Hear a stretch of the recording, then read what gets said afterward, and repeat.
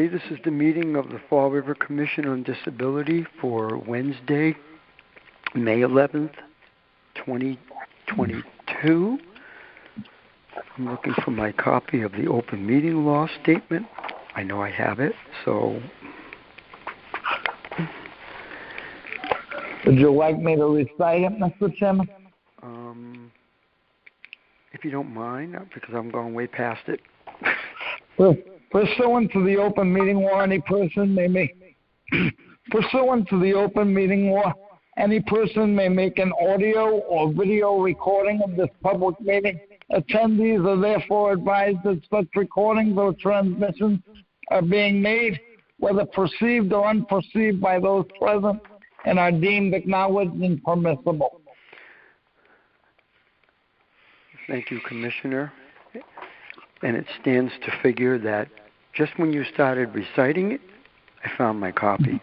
But thank you. I appreciate that very much. Okay, roll call. Chairman Dennis Paulselli. Present. Vice Chairwoman Debbie Pacheco. Present. I'm sorry, I had to deal with an emergency. I'm present. Okay. Commissioner Lisa Silva. Present. Commissioner Dan Robillard. Present. Commissioner Ann O'Neill Souza. Present. Okay. I will call 3 times for public input. Do I hear any public input? Do I hear any public input? And do I hear any public input? Okay, hearing none, I'm going to go on to the next item, which is the approval for the minutes of the meeting of April 13th, 2020. Motion to adopt. Motion to adopt. Thank you. Do I hear a second? Thanks. Any discussion? Those in favor? Roll call virtual meeting. Well, I apologize. Roll call. Chairman Dennis Paulselli. Yes. Vice Chairwoman Debbie Pacheco. Yes. Commissioner Lisa Silva. Yes. Commissioner Dan Robillard. Yes. Commissioner Ann O'Neill Souza. Yes. Thank you all. The next item is our guest presenter today, a very, very important agency, the Massachusetts Commission, the Massachusetts Disabled Persons Protection Commission. Representing that agency is Sarah Netchman. I hope I said your name correctly. She has been outreaching to the various municipal disability commissions. I'm sorry that I waited this long, but I'm so glad that you've agreed to come and address us. So the floor is all yours. All right. Thank you so much for having me. Like you said, I've been reaching out to commissions around the state to kind of let people know about who we are and about our abuse reporting hotline. So I wanted to talk just a few minutes about that in case any of you have opportunity to suspect abuse of an adult with a disability and want to make a report. And because you have this really important connection to the town of Fall River that we're really trying to reach. We're trying to do public outreach and let people know just who we are. So the DPPC is an independent state agency. We investigate abuse by caregivers against adults with disabilities. So by adult, we're talking about people between the age of 18 and 59 at the time of abuse. By disability, we're talking about people who need some assistance with their daily living needs. So that can be help with finances, with medication, with transportation, or more basic stuff, food, showering, things like that. By caregivers, we're talking about either paid or unpaid caregivers. Okay, so these can be professional caregivers like PCAs, like medical professionals, like van drivers, or unpaid folks like relatives who are just helping the person out, as long as that person is helping them meet those daily living needs.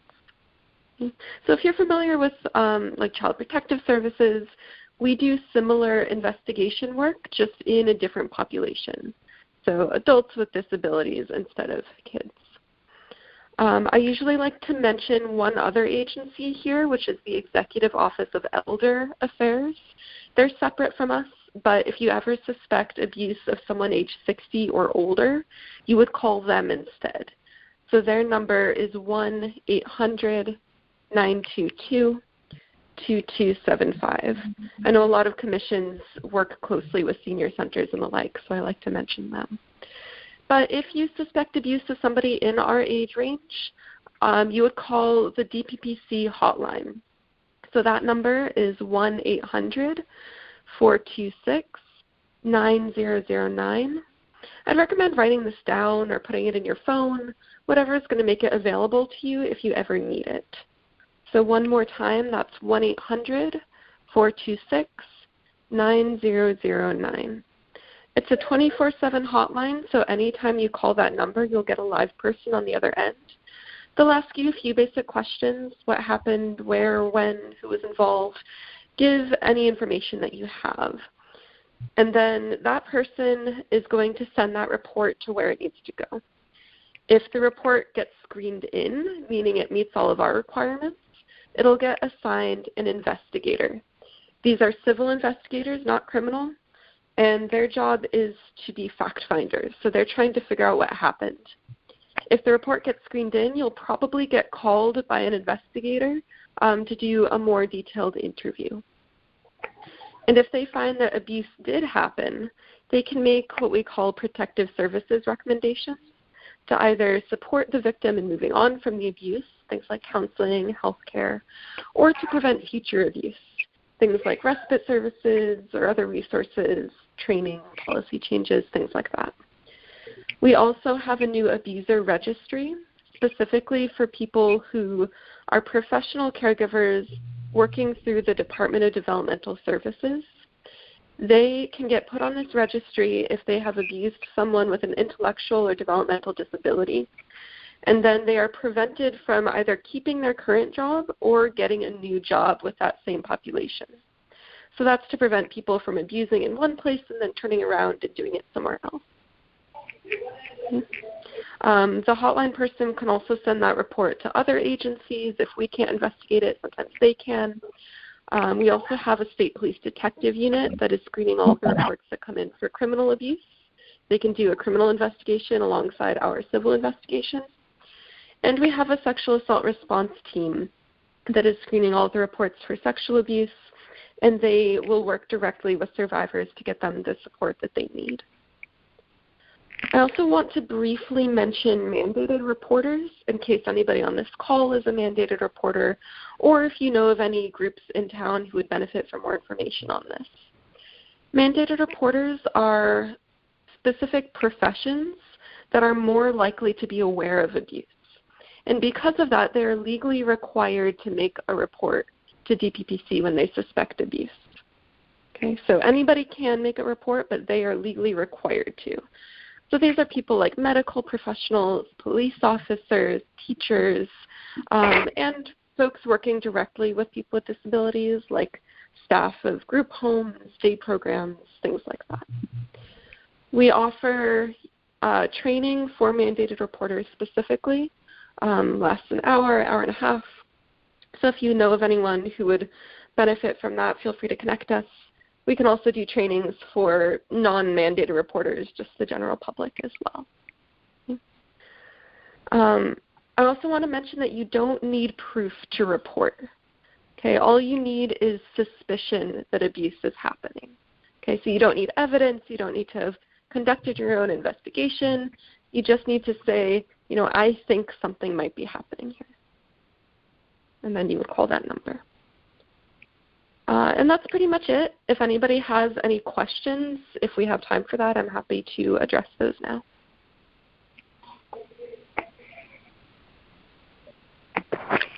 Anyone have any questions? I should say we do have a link to the Disabled Persons Protection Commission on our website. The Fall River Commission on Disability has a website, and there's a resource section, state agencies of persons with disabilities. And I do know that this commission is mentioned on our website. Oh, that's great to hear.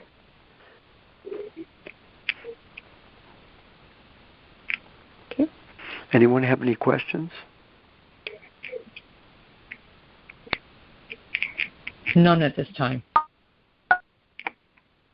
Okay. Sarah, thank you so much, very, very much for reaching out to us.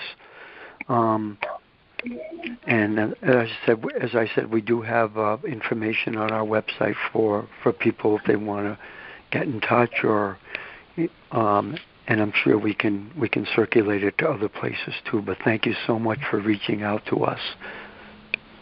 Thank you very much for your time. Yep. Okay. All right, bye, everybody. I'm well. Okay, the next item on our agenda are updates. And under ADA, I think I'm going to have something more to say about updates on ADA at our June meeting, because there are some good and interesting things happening, but I don't want to jump the gun. So I want to wait till our June meeting, and I promise you we'll give you an update on things that are going on, and I'll do that at the June meeting. Any update on policies from our vice chair?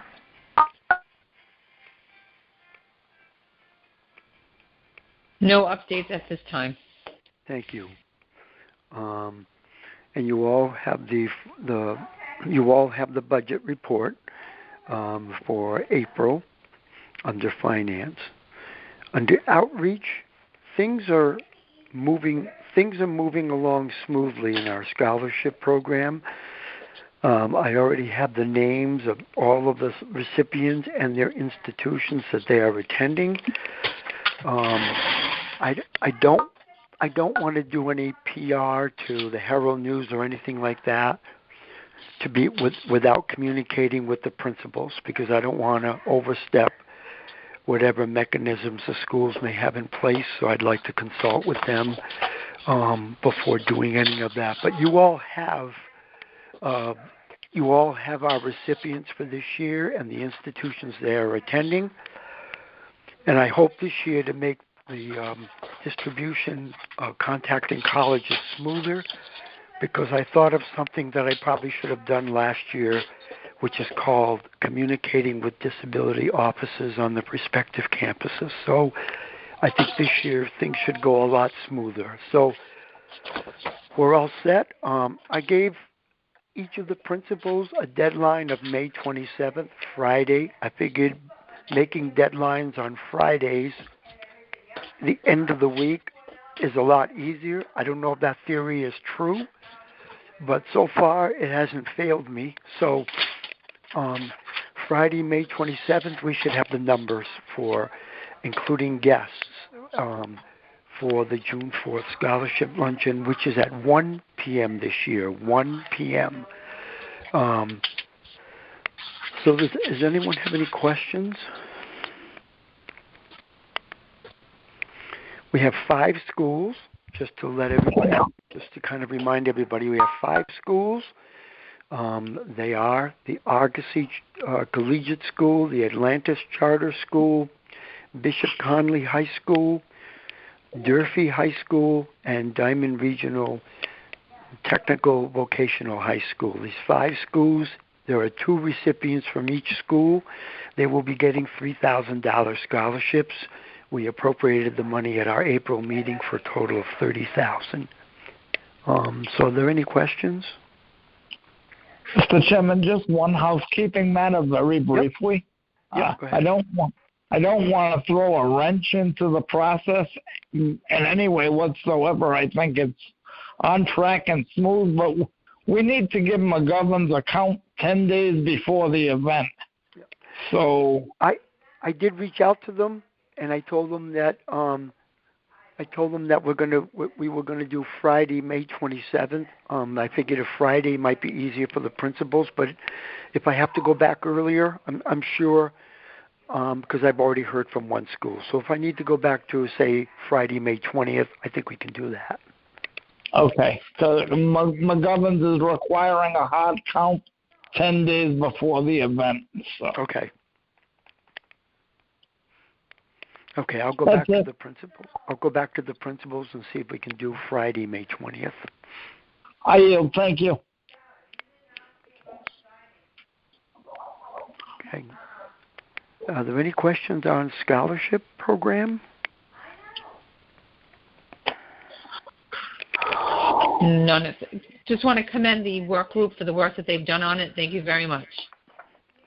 And Lisa's doing a very good job with decorating and plans for that. And really, Dan's been our kind of our go-to person for McGovern's restaurant. So I want to express my appreciation and thanks to Dan for that too.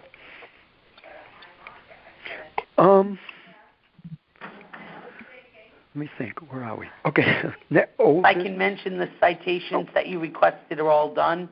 Wow. They'll be ready tomorrow. We just have to put the seals on them, so I can drop them off downstairs in the health department, or I can hold them here and just have them picked up before the event. Okay, we can work out those details. Well, thank you so much. Welcome. We are way ahead of where we were last year, so far. So, is there any old business?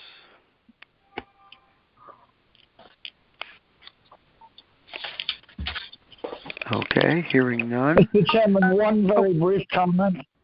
Okay, go ahead, Commissioner Robillard. Thank you. We appropriated funding for the Veterans Department at our last meeting. Have we heard from the Veterans agent by way of email or anything since she was unable to dial in? I will, she did thank us, but I will also follow up to see how things are going. But I did inform her right after the meeting, and she thanked us very much for the vote. I'm sorry I didn't report that today, so I apologize. But let me follow up and just make sure everything's going smoothly on that end. I just want to make sure that the process of getting that funding does not hit a glitch that we've had in the past. I agree. That's my main issue with it. I'm sure she's very appreciative. We've had a great working relationship with the Veterans Department under former agent Ray Haig, and I expect that to continue with Michaela. I see no reason why it wouldn't. She gave us a presentation and was very informative when she did come. I just want to make sure there's no funding glitches on our side holding up the process from the Veterans Department, getting the funding that we appropriated and getting those scooters available to them as soon as possible. I agree. I'll just make sure. I'll follow up, Dan and Commissioner and my colleagues. I'll follow up and make sure that nothing's fallen through the glitches. I think I did all that I was supposed to do after the last meeting. Wrote the appropriate letter, but let me just. I agree with you. I don't want anything to fall through the cracks. We also have a new auditor on board, so that's she was introduced to the city council several weeks ago, and our commission account is in the auditor's office. I don't know what role they formally play in the funding procedural process, but I know that account is technically held in the auditor's office. Okay. Thank you. The person, just so everybody knows, the person that I'm supposed to work through, and and is very helpful, is the head clerk for Health and Human Services. Trust me, I have her name in my notebook, but I've drawn a blank right now. It's Rochelle, is it not? Okay. Rochelle Alves. So I was drawing a blank on her last name, so no disrespect to her. Is there any other old business? Okay, is there any new business? Just to let everybody know that Sergeant Kevin Dolan will be coming to our June commission meeting. If anybody has any questions that or issues that they want covered when he gives us his review of the past year, you can either let me know and I can get them to him. I have a couple of things already that I'd like him to cover, but if anybody else does, if you don't mind letting me know, I'll make sure they get to him.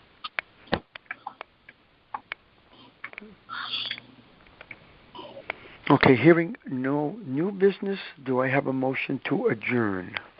Motion to adjourn. Second. All right. Roll call vote? Chairman Dennis Paulselli. Yes. Vice Chairwoman Debbie Pacheco. Yes. Commissioner Lisa Silva. Yes. Commissioner Dan Robillard. Yes. Commissioner Ann O'Neill Souza. Yes. We are adjourned. Thank you. Boom.